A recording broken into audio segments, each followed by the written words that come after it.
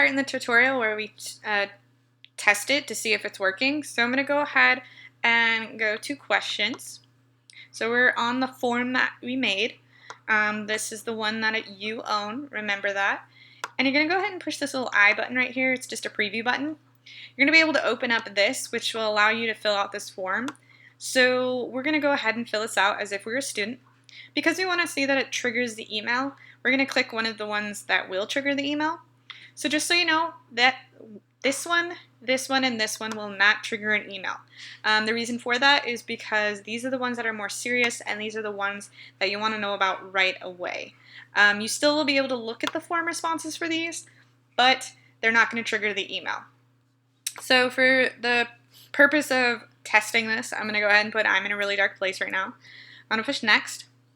So it's going to go to this section, which is how are you feeling today? Remember, it says only for Miss Detchens. This is just so the student understands that they're only talking to you for right now. So do you mind telling me why you're struggling or why you feel in a dark place?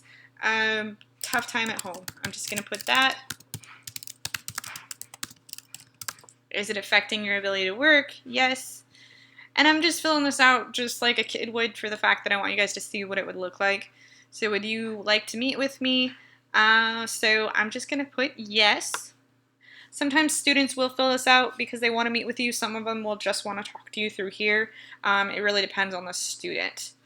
So then you're going to go to next. This is the part where you're going to ask the student for their student ID or name, so that way you can kind of narrow down who they are.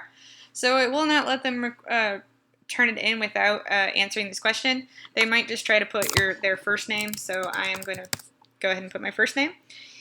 Then I'm going to push submit. Now if this is working, then what it's going to do is it's going to trigger an email. So what we have right here is it's filling out all the information from the form that I just filled out. And we'll know that it worked because it will say send status right here, and it will show that it sent an email to this person on this date at this time. And then we can check the email and it popped up. So we know that this worked.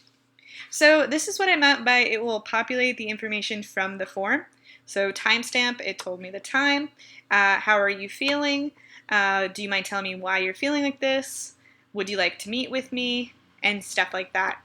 So I know that it works, so I can go ahead to go to the next step, which is to make a QR code. And that will be the final step in how to make a student check-in.